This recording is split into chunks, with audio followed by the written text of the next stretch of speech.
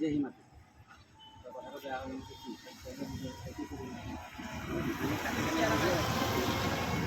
কাটি কেনে একটা দিকে আপুনি পুরো মনে হয়ে যায় পাইনাপল বের করতে হবে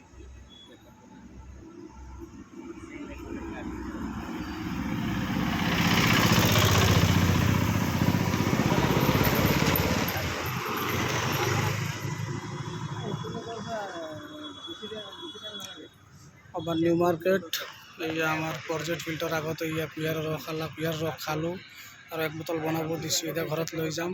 এটা বহুত ধুনীয়া বস্তু আজি ৰদ নাথাকিলে কি হ'ব বাছ ফ্ৰিজত থৈ দিম বাছ আইচ আছে আইচ দি দিয়ে তাৰপিছত পদিনা দি দিয়ে নেমু দি দিয়ে বাছ হৈ আছে এইটো খাব কোনো যাতে বেমাৰ চেমাৰ নাই কোনো প্ৰব্লেম নাই একদম ধুনীয়া একদম কি ক'ম আৰু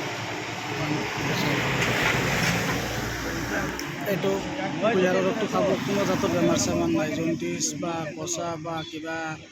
পেচাব জ্বলা পোৰা বহুত ধৰণৰ বেমাৰৰ কাৰণে ভাল কুঁহিয়াৰৰ ৰসটো খাব বহুত ধুনীয়া একদম পেটৰ কাৰণে ভাল একদম খাব খাব তাৰপিছত খাব পাৰিব আপোনালোকে মই লৈছোঁ আপোনালোকে খাব কোনোবাই লৈ যাব বটলত ভৰাই এক বটল 50 টকাকৈ লয় এই ধুনীয়া বস্তু একদম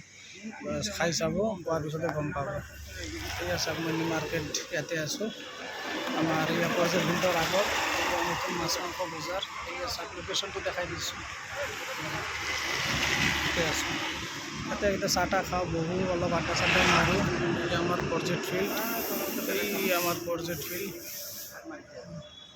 দেখাই পাইছোঁ চাগে এই বলেৰো ষ্টেণ্ড ঠিক আছে অ'কে।